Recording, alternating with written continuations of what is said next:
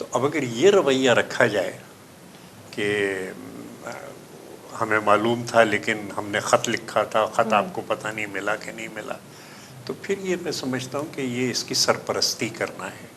اور اس وقت بھی یہی ہو رہا ہے، کیونکہ وزیر اعظم اس سوچ کے حامی ہیں، جنرل حمید گل اور انہوں نے مل کے جس طریقے سے ہیدی صاحب کو اغوا کیا تھا، کیونکہ سوچ یہی ہے، اس لیے سرپرستی ان گروپوں کی ہو رہی ہے، بجائے اس کے کہ کارروائی کی جائے، پتہ چلایا جائے کہ یہ کہاں ہے.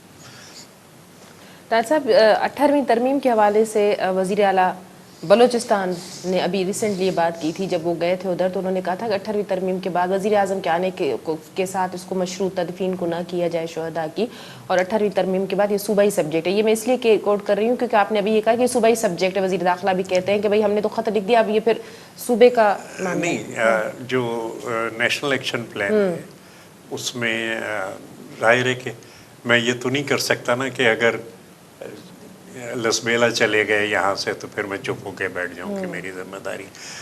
بلکہ آپ کو پتہ بھی ہوگا کہ سندھ و بلوچستان نے اس سلسلے میں کہ کون سے لوگ آپ کے ادھر آ رہے ہیں اور ہمارے ادھر جا رہے ہیں، تو ایک نظام بھی بنایا ہے کہ کس طریقے سے.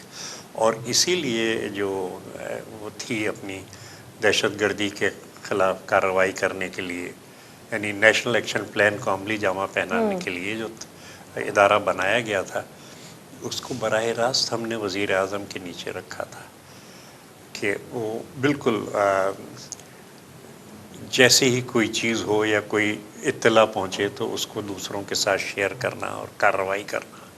یعنی میں یہ تو نہیں کہہ سکتا نا کہ یہ پنجاب سے آئے تھے یا جہاں سے بھی آئے تھے. پنجاب میں جس وقت وہ تھے اور میرے پاس اطلاع تھی تو مجھے آخر کو وفاق ہے اور اس میں سب مل کے صوبے کام کرتے ہیں. جی ہاں، لا اینڈ آرڈر ہے، لیکن یہ جو پولیس کے کام ہیں، جو تمام چیزیں ہیں وہ صوبوں کو دیکھنی ہے. اور پھر آپس کو یہ بالکل ایک غلط تاثر ہے کہ اگر سبجیکٹ بڑھ گئے تو آپس میں پھر کوآپریشن نہیں ہوگا. کوآپریشن ہوگا، ایک دوسرے کی مدد کریں گے اور ایک دوسرے کی مدد کر کے مسائل کو حل کریں گے. ڈاکٹر صاحب جس طرح اس مسئلے کو ہینڈل کیا گیا حکومت کی جانب سے یا ریاست کی جانب سے، وزیر اعظم پاکستان کی جانب سے، اس طرح ہینڈل ہونا چاہیے تھا. آگے اس طرح کے واقعات ہم امید رکھیں کہ جس طرح کی یقین دہانی کرائی گئی ہے آگے اس طرح کے واقعات نہیں. اگر آپ ایک منظم کارروائی نہیں کریں گے اور منظم و مربوط آپ کی کارروائی نہیں ہوگی تو ان واقعات کو روکنا بہت مشکل ہے.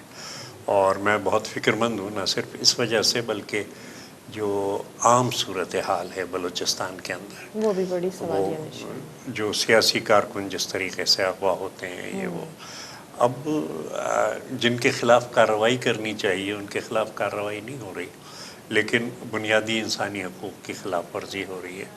جی ہاں، اگر ہیں کچھ عناصر اس قسم کے جو ملک کے خلاف کام کر رہے ہیں یا ملک کو توڑنا چاہتے ہیں، تو آپ ایک تو سیاسی طریقہ ہے کہ آپ سیاسی طریقے سے ان کی حوصلہ شکنی کریں.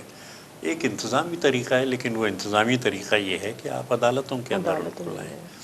بہتر طریقہ یہ ہے کہ آپ سیاسی طور پہ لوگوں کو آئسولیٹ کریں. ہاں، جنہوں نے ہتھیار اٹھائے ہیں، جو دہشت گردی کر رہے ہیں، ان کا آپ مقابلہ ہتھیاروں سے کرتے ہیں. لیکن بنیادی بات یہ ہے کہ آپ لوگوں کو مطمئن کریں. اگر لوگ مطمئن ہوتے ہیں تو سیکیورٹی آپ سے آپ مل جاتی ہے آپ کی، کیونکہ لوگ پھر خود حفاظت کرتے ہیں. لوگ اگر غیر مطمئن ہیں تو پھر ان عناصر کو لوگ خود پناہ دیتے ہیں. اب اس وقت اگر یہ صورتحال ہو رہی ہے، سیاسی پارٹیاں جو ہیں وہ بالکل ڈیسپریٹ ہو رہی ہیں کہ بھئی ہم، ہر ایک کہہ رہا ہے کہ ہمارے کارکن اٹھائے. ہمارے یہاں سندھ کے اندر بھی یہ صورتحال ہے، روز شکایتیں آ رہی ہیں. لیکن یہ کہ اس کو اگر ٹھیک نہیں کیا گیا تو میں وفاق کے لیے اس بات کو خطرناک سمجھتا ہوں. ڈاکٹر صاحب اب ذرا سندھ کے مسائل کی اگر بات کی جائے، سب سے بڑا اس وقت جو سندھ میں ہے وہ ہے گیس کا بحران. سردیوں میں آپ دیکھیں شدید گیس کی قلت ہے اور پورے سندھ کے کئی علاقوں میں، سندھ کی راجدھانی کراچی سے لے کر کشمور تک پورا دن کہیں کہیں اور کہیں کہیں پوری رات جو ہے وہ گیس ہوتی نہیں ہے. کیا کہیں گے آئینی حوالے سے جس صوبے سے زیادہ معدنی وسیلہ نکلتا ہے تو اس کا حق تو زیادہ ہوتا ہے؟ دیکھیے، بالکل آرٹیکل 158 اپنی جگہ ہے، لیکن ہم جو اوور آل سچویشن ہے اس کو ہم نظر انداز نہیں کرتے۔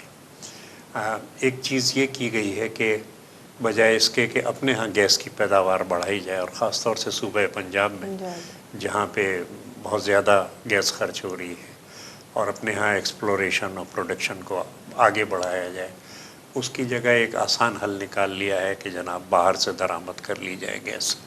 ٹھیک ہے، تھوڑی بہت کمی ہو تو وہ انتظام آپ رکھیں کہ باہر سے اس کو درآمد کر لیں، لیکن یہ ایک جو اس وقت ہوا ہے وہ یہ کہ باہر سے درآمد نہیں کی گئی، اور لوگ کہتے ہیں کہ یہ نااہلی ہے، نہیں، میں کہتا ہوں یہ چالاکی ہے، اور ہر چیز کے اندر اس حکومت کا ایک طریقہ کار یہ ہے کہ مطلب گندم ہوا یا شکر ہوئی یا پیٹرول ہوا یا گیس ہوئی، کہ ایک کمی پیدا کی جاتی ہے، اور کمی جس وقت پیدا ہوتی ہے اور مارکیٹ چڑھ جاتا ہے تو پھر آپ امپورٹ کرتے ہیں۔ یہی ایل این جی کی امپورٹ کے اندر مجھے لگتا ہے ہوا ہے کہ ایک کمی پیدا کی گئی، ریٹ چڑھ گئے، کیونکہ جتنے ریٹ چڑھتے ہیں اتنا آپ کا کمیشن بڑھتا ہے، کیونکہ ہر ایک کے لوکل ایجنٹ ہیں، یہ ہے، ان کا کمیشن جو ہے وہ بھی بڑھ جاتا ہے۔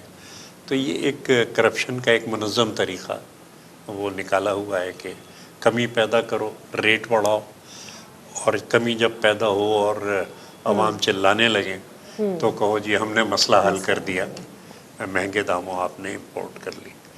یہ مسئلے کا حل نہیں ہے۔ مسئلے کا بنیادی حل جو ہے وہ یہ ہے کہ آپ اپنے ہاں، اور خاص طور سے صوبہ پنجاب میں گیس اور تیل ذرا گہرائی پہ ہے، کوئی 4000 میٹر پہ۔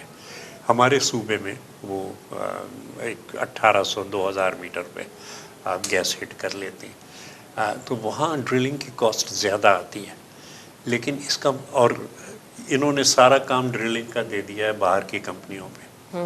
وہ باہر کی کمپنیاں جہاں انہیں سستا پڑتا ہے وہاں جاتی ہیں، نہیں جو ہماری کمپنی ہے وہ جی ڈی سی ایل، اور اب آرٹیکل 172(3) کے تحت تو صوبے کی یہ ذمہ داری ہے، صوبے میں کمپنیاں بنائی جائیں اور وہ ڈرلنگ کا کام کریں، وہ ایکسپلوریشن کا کام کریں، پروڈکشن کا۔ آپ کو کیا پتہ کتنے خزانے ہیں اس وقت آپ کی زمین کے نیچے ہیں، لیکن اس طرف توجہ ہی اگر آپ نہیں دے رہے اور جان کے کمی پیدا کر رہے ہیں اور درآمد کر رہے ہیں، اور درآمد بھی وقت پہ نہیں کر رہے، تو پھر یہ ہے کہ کہیں تو پیسہ جا رہا ہے۔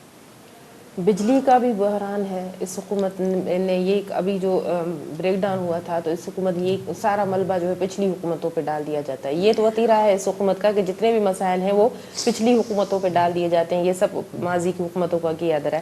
کیا کہیں گے؟ ایک تو بجلی دن بدن مہنگی ہوتی جا رہی ہے، اور دوسرا یہ کہ بجلی کا بھی بحران آپ دیکھیں کہ سندھ میں کئی گھنٹے، 16 سے 18 گھنٹے تک علاقوں میں جو ہے بجلی نہیں ہوتی۔ یہ لیجیے، یہ جو اس دن بالکل بریک ڈاؤن ہوا تھا، یس، تو اس میں رات کو اٹھا اور اپنے بیڈ سے ٹکرا کے گرا، اور پورے بدن میں چوٹیں ہی چوٹیں تھیں میرے۔ اب اگر مجھے یہ الزام دیا جائے کہ میری وجہ سے یہ ہو رہا ہے، خیر بہرحال جو اس وقت کا جو ہے، تو جتنی بھی میری کچھ ایکسپرٹ سے میں نے بات کی ہے تو اس میں بات یہ سامنے آ رہی ہے کہ مینٹیننس ٹھیک نہیں ہو رہی۔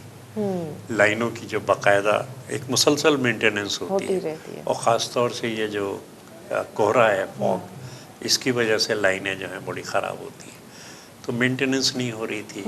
پھر جو پروٹیکشن کا تھا کہ جیسے ہی ایک کوئی پرابلم آئے تو اس کو باقی سسٹم سے کاٹ دیا جاتا ہے اس پرابلم، وہ جو تھی اس نے میل فنکشن کیا۔ جو کچھ ماہرین سے، اور ان کے پاس بھی بڑے اچھے لوگ ہیں، میرے ساتھ تھے سینیٹر نعمان وزیر، اور ہم پاور اور واٹر کی کمیٹی میں ہم ساتھ تھے، اسٹینڈنگ کمیٹی میں، تو ہم لوگ واپڈا کے سارے انجینئرز بیٹھتے تھے اور ہم حل نکال کے انہیں بتاتے تھے، نعمان وزیر جو تھے اس میں، لیکن نعمان وزیر کی یہ سن نہیں رہے کہ کوئی ان سے مشورہ نہیں کر رہے۔ لیکن بات وہی ہے کہ اگر مینٹیننس نہیں ہوگی، کراچی الیکٹرک میں بھی یہی ہو رہا ہے کہ لائنوں کی مینٹیننس نہیں ہو رہی، اور اس لیے بار بار آپ کے فالٹس آتے ہیں۔ تو ایک سسٹم بنانا تو بہت اچھا ہے، لیکن اس کے بعد اگر آپ اس کی مینٹیننس نہیں کریں گے تو سسٹم بیٹھ تو جائے. طاہر صاحب یہ مینٹیننس کوئی اس 2.5 سال کی حکومتوں کا آپ سمجھتے ہیں، موجودہ جو وفاق کی حکومت ہے، یا پھر ماضی سے یہ سلسلہ ہمیں نہیں یہ چھوڑیں، یہ باتیں تو ہوتی رہتی ہیں، لیکن یہ مینٹیننس جیسا میں نے کہا مسلسل عمل ہے. ہونی چاہیے. جیسے کراچی کے اندر ہم یہ جو نومبر دسمبر ہے اس کے اندر، کیونکہ اس زمانے میں ہیومیڈیٹی کم ہو جاتی ہے، تو ان کو ہر جوائنٹ کو کلین کر کے اور اس کے اوپر آئل یا گریس لگا کے، تاکہ جس وقت نمی بڑھے تو پھر لائنیں جو ہیں ٹرپ نہ کریں. تو یہ ایک اسٹینڈرڈ طریقہ کار ہے. مجھے افسوس ہے کہ کراچی الیکٹرک بھی وہ نہیں کر رہی، یہ اسے کرنا چاہیے تھا. طاہر صاحب مردم شماری پہ اگر بات کی جائے تو آپ نے اس پہ بہت زیادہ کام کیا ہے، شروع سے پیپلز پارٹی میں آپ اس پہ کنٹینیوسلی ورک کرتے آ رہے ہیں. کیا دیکھ رہے ہیں اس وقت مردم شماری کا جو معاملہ ہے وہ کہاں جا کے کھڑا ہوا ہے؟ دیکھیے پہلے تو میں یہ ذرا سا عرض کروں کہ یہ ہوا کیوں پرابلم. پرابلم یہ کہ ان کا طریقہ غلط تھا، اور ہم کہتے رہے انہیں کہ بھئی یہ صوبے اور مرکز کو مل کے کرنا ہے کام، اور اس کا طریقہ کار متعین کیا جائے کہ کیسے ہوگا. وزیر اعلیٰ کو لکھا گیا کہ نہیں یہ سیکریٹ معاملہ ہے. بہرحال انہوں نے اپنے طریقے سے کیا، وہ طریقہ ڈیجورے طریقہ تھا. یعنی جو لوگ بھی باہر سے آئے ہوئے ہیں، کسی اور صوبے سے سندھ میں آئے ہیں، ان کو سندھ کی آبادی میں ہم شمار نہیں کریں گے، ہم اس صوبے کی آبادی میں شمار کریں گے جہاں سے وہ آئے تھے. اب کوئی 40 سال سے آیا ہے، 50 سال سے آیا ہے، اس کے بچے تک اس کے اندر شمار ہو رہے ہیں. تو اس وجہ سے سندھ کی آبادی میں بہت فرق پڑا. لوگ کراچی کی بات کرتے ہیں، لیکن یہ کہ سارے سندھ کے اندر، خاص طور سے جو ہمارے شمالی ضلع ہیں، گھوٹکی ہو گیا، کندکوٹ ہو گیا، شکارپور ہے، خیرپور ہے، اس کے اندر بہت بڑی کمی آئی ہے. اور ہر ڈسٹرکٹ میں سندھ کے کمی آئی ہے، کراچی میں بھی آئی ہے، لیکن دوسرے ڈسٹرکٹوں میں اس سے کہیں بڑھ کے. اب چیک کیسے کریں اس کو؟ اس کے لیے ظاہر ہے کہ ہم نے آواز اٹھائی، اور سب 24ویں آئینی ترمیم جب آ رہی تھی، اور ہم نے کہا کہ 5% بلاکس کے اندر آپ ڈیفیکٹو طریقے سے کر لیں کہ یہ گھر ہے، اس گھر کے اندر جتنے لوگ رہتے ہیں سب کی گنتی ہوگی. 5% بلاکس کے اندر یہ کرنا تھا. اس سے پھر گئے یہ لوگ، اور میں بیوروکریسی تو خیر پھری ہوئی تھی، مسلم لیگ نون کی حکومت تھی، وہ اس سے پھر گئی، اور انہوں نے، حالانکہ یہ کام 30 دن کے اندر مکمل ہو جانا تھا. اب جو ہے جو ایک یہ جو میں نے کہا کہ ہر ڈسٹرکٹ میں کمی آئی، تو سوال بنتا ہے آپ کو کیسے معلوم؟ ہمارا ایک یونیسیف کراتی ہے جو صوبائی اسٹیٹسٹیکل بیورو ہے، اس کے ساتھ مل کے، اور جو فیڈرل واٹر ریسورسز کا ڈپارٹمنٹ ہے، ہر 4 سال پہ یہ ہوتا ہے. اور اس میں ہم کوئی 120 انڈیکیٹرز پہ، تعلیم کتنی ہے، آمدنی کتنی ہے، گھر میں کتنے بچے ہیں، یہ اس طریقے سے ایک یہ سروے ہوتا ہے. اور 2018 کا سروے ہو چکا ہے، اپروو بھی ہو چکا ہے، اس وقت اس کی جو ہے پرنٹنگ کے اندر ہے. 2014 کا سروے ہمارے پاس چھپا ہوا ہے، اور سینٹ نے مجھے بلایا تھا اسٹینڈنگ کمیٹی میں، سینیٹر سسی پلیجو صاحبہ نے، اس میں نے وہی کتاب سامنے رکھی تھی. ہمارا جو ایوریج ہاؤس ہولڈ سائز ہے، یعنی ایک گھر میں کتنے افراد ہیں، وہ اس سروے کے مطابق 7.2 ہے. اچھا. اور اس میں تقریباً 20,000 گھروں میں سروے ہوا ہے. 7.2 ہمارا وہ آتا ہے. سینسس کے اندر کہیں 5.1 ہے، کہیں 5.5 ہے، کہیں 5.3 ہے.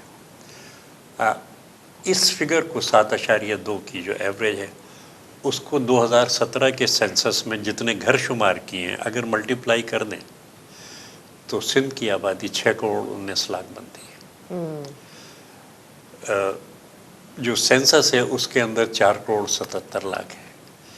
تو اس طرح پورے سندھ کی آبادی میں کوئی 1 کروڑ 40 لاکھ کا، اور یہ میں اب میرے دفتر میں سندیپ کمار نے بیٹھ کے یہ فگرز نہیں بنائی، جو آفیشیل فگرز ہیں یہ میں ان پہ گزارشات کر رہا ہوں.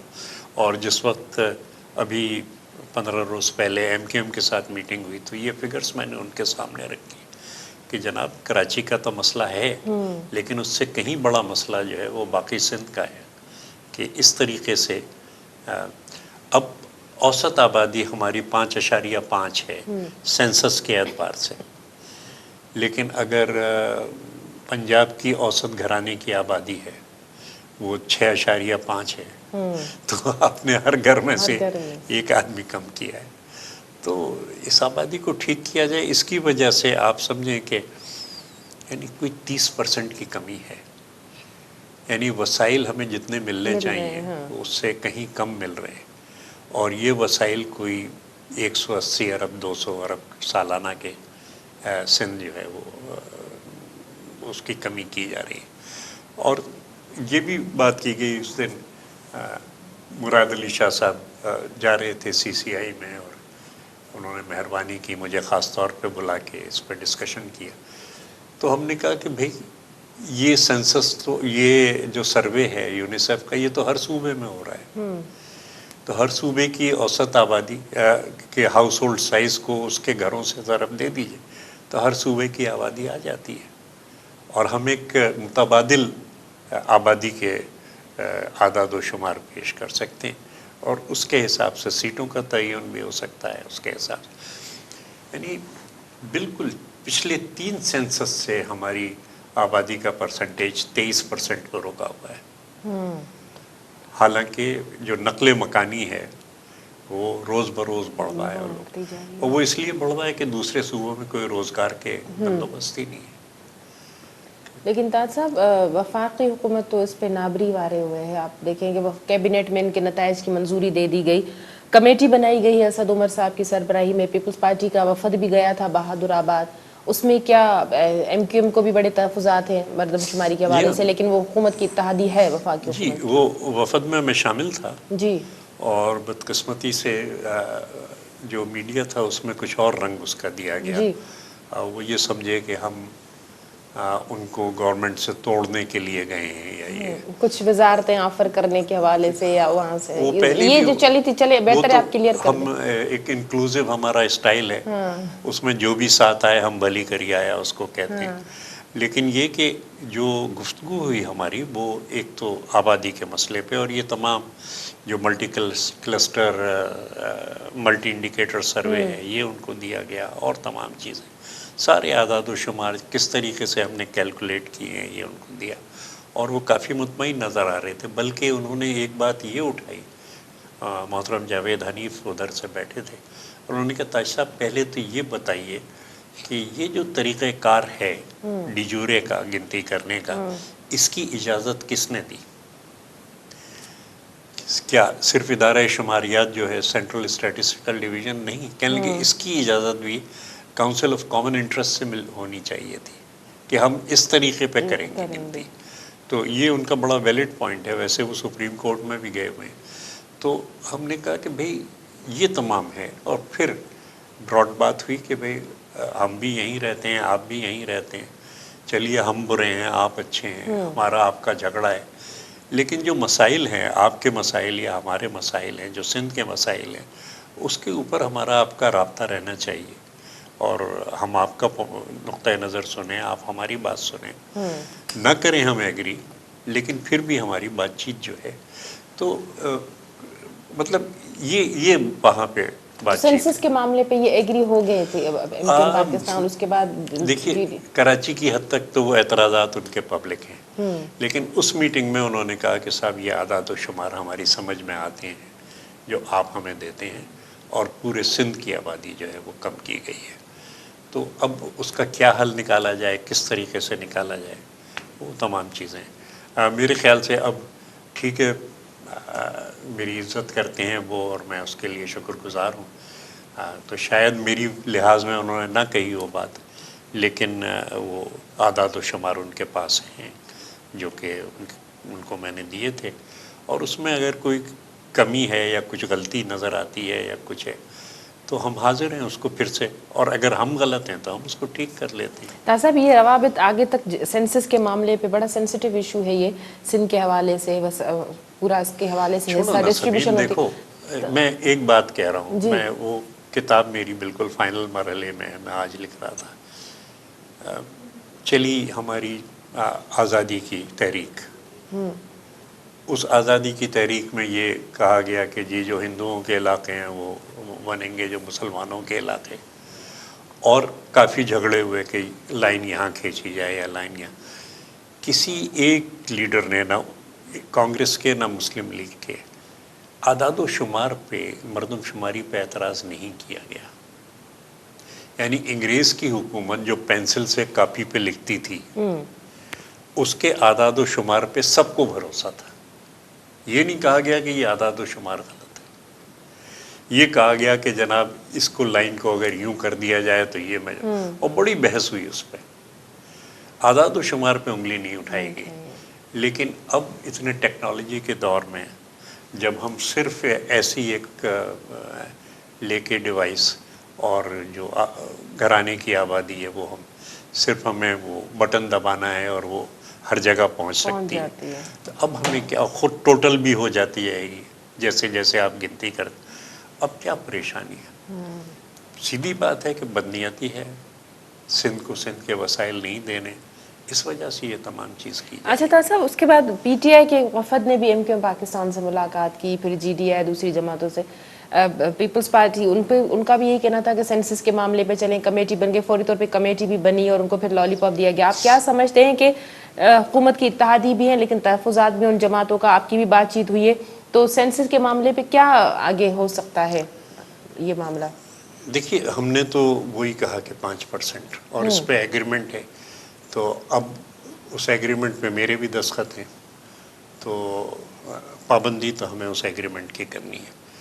لیکن اگر کوئی دوسرا طریقہ ہے، جیسے کہ مراد علی شاہ صاحب کا یہ آئیڈیا تھا کہ ہم ایک آلٹرنیٹ فگر دے سکتے ہیں ہر صوبے کی، اس ملٹی انڈیکیٹر کلسٹر سروے، کیونکہ ہر صوبے میں ہو رہا ہے، اس سے ہم ایک اندازہ کر سکتے ہیں. تو یہ بھی ایک صورتحال ہے، اور دیکھیے کس بات پہ ایگریمنٹ ہوتا ہے. لیکن یہ ایگریمنٹ جو ہے یہ کاؤنسل آف کامن انٹرسٹ کا، جو نا امیدی ہے وہ یہ کہ پی ٹی آئی اب کچھ بھی کہے ایم کیو ایم کے دفتر پہ جا کے آبادی کے سلسلے میں، لیکن اگر جو کمیٹی انہوں نے بنائی ہے وہ کہتی ہے کہ نہیں یہ صحیح ہے اور ان کو مان لینا چاہیے، تو یہ کھلی سند دشمنی ہے. طاہر صاحب، پروگرام کا وقت بھی ختم ہو جاتا ہے. آخری سوال، سینسس کے معاملے پہ تمام تر سیاسی پارٹیوں کا موقف ایک ہی ہے کہ بدنیتی کی گئی ہے، چاہے وہ پی ٹی آئی ہو، چاہے وہ جماعت اسلامی ہو، پی ایس پی ہو، ایم کیو ایم پاکستان ہو یا خود پیپلز پارٹی ہو، لیکن اس کا نتیجہ نہیں نکلتا ہے. اس کا جو نتیجہ نکلنا چاہیے، اس پہ جو تحفظات ان کو ختم کیا جانا چاہیے، اس کا کیا سبب ہے کہ تحفظات بھی ظاہر کیے جاتے ہیں، شکایتیں بھی ہیں، مطمئن بھی نہیں ہیں، لیکن اس کا کوئی نتیجہ نہیں نکلتا؟ دیکھیے میں سینٹ میں پاکستان پیپلز پارٹی کا لیڈر تھا، تحریک انصاف کے لیڈر اعظم سواتی صاحب تھے. اعظم سواتی صاحب کے دستخط اس معاہدے پہ موجود ہیں، سب سے بیچ میں ان کے دستخط ہیں، اور انہوں نے بالکل جیسے میں یا دوسرے دوست اٹھا رہے تھے اسی طریقے سے اعظم سواتی بھی اٹھا رہے تھے. اچھا، اب اس میں فائدہ نقصان ہوتا ہے کہ کسی کی سیٹیں کم ہوتی ہیں، کسی کے وسائل کم ہوتے ہیں، کسی کے زیادہ ہوتے ہیں. لیکن اگر آپ صحیح نہیں چل رہے، اگر آپ انصاف سے نہیں چل رہے، تو پھر آپ حالات کو ٹھیک نہیں کر سکیں گے، اور حالات کے حساب سے آپ کو اپنا طریقہ کار وہ بدلنا ہوگا. کہ اب جیسے یہ کرونا آیا جی، تو ہماری بیگم کا ٹریننگ انسٹیٹیوٹ ہے، وہ 15 مارچ سے آن لائن چلی گئی، اور اللہ کا شکر ہے کہ ہماری جو مالی دشواریاں تھیں وہ بڑھی نہیں بلکہ کم ہوئی کیونکہ وہ جو ایک نئی سچویشن تھی اس سے ہم نے ایڈجسٹ کیا. تو ٹھیک ہے. اصل جو ہے، اور جس کے لیے میں سی پیک کی جو کمیٹی تھی اس کا میں چیئرمین تھا، جو میں خاص یہ کہہ رہا تھا کہ سی پیک کو آپ پختونخوا اور بلوچستان سے نکالیں، حالانکہ موجودہ جو ہے سندھ سے نکالیں، اس میں سندھ کا فائدہ ہے، لیکن میں نے کہا نہیں، آپ پختونخوا اور وہاں سے اس کو نکالیں.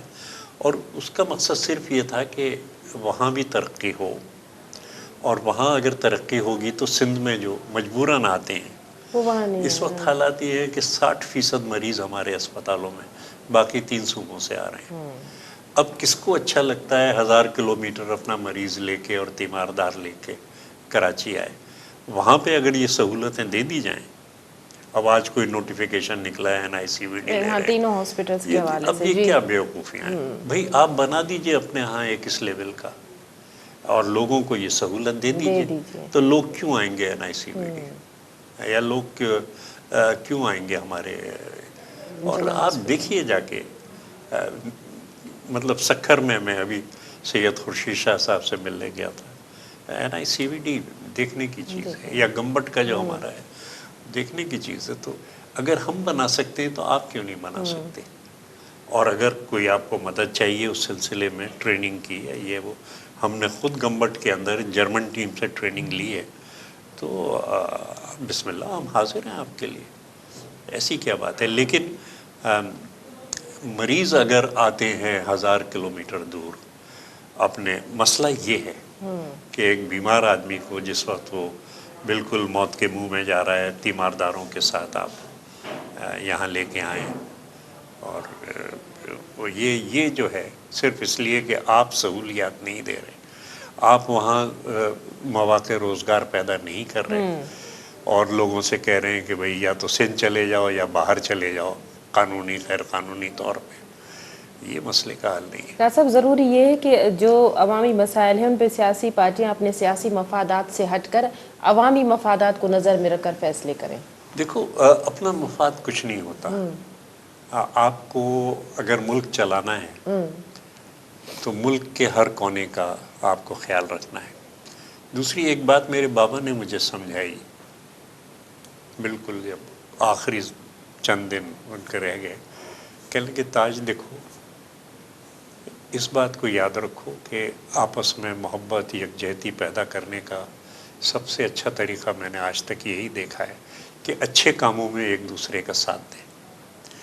MQM کو بھی میں نے یہی بات عرض کی کہ دیکھیں جو بھی عوام کے مسائل ہیں، جو عوام کے کام ہیں، اس میں ہم اور آپ ایک دوسرے کا ساتھ دیں تو یگانگت محبت پیدا ہوگی. اور میں سمجھتا ہوں کہ یہ میرے بابا نے جو مجھے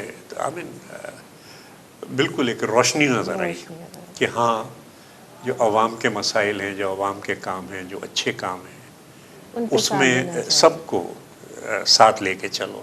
اور سب کو ساتھ لے کے چلو گے تو پھر کوئی نہیں سوچے گا کہ یہ سندھی بولتا ہے، یہ پشتو بولتا ہے، یہ سب.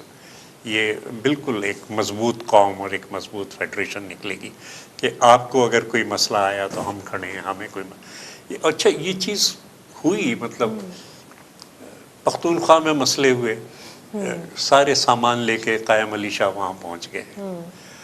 اور پھر جس وقت تھر کے اندر معاملہ آیا تو میں وہاں پہنچا. چوتھے دن سراج الحق صاحب وہاں ٹرکیں لے کے کھڑے ہوئے تھے.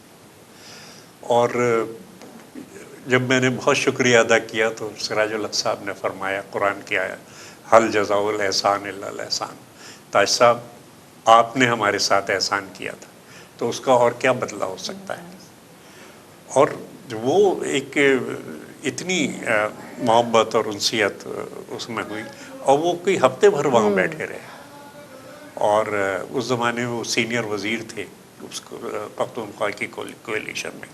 اور ایک ایک کونے پہ ہمارے ساتھ گئے اور ڈسٹریبیوشن دیکھا. اور اتنا سامان ان کے جانے کے بعد بھی آتا رہا کہ مجھے پیکنگ کے لیے 200 آدمی رکھنے پڑے کہ وہ بلک میں آتا تھا اس کی پیکنگ کر. تو یہ چیزیں جو ہیں یہ اور میں بالکل یہ کہنا چاہتا ہوں 40 ڈاکٹر پختونخوا کے 13 جس میں لیڈی ڈاکٹرز تھیں وہ 3 مہینے تک تھر کے اندر اس زمانے میں کام کرتے رہے. تو یہ اس طریقے سے محبت اور بالکل اچھے کاموں میں ساتھ دینا چاہیے. بہت شکریہ تاج صاحب آپ نے اپنا قیمتی وقت ہمیں پروگرام کے لیے دیا. ناظرین ہاٹ شو پروگرام جو وقت پڑھنے پہنی پجانی تے پہنچے تو انڈر پروگرام تینی دا اجازت اللہ واحد.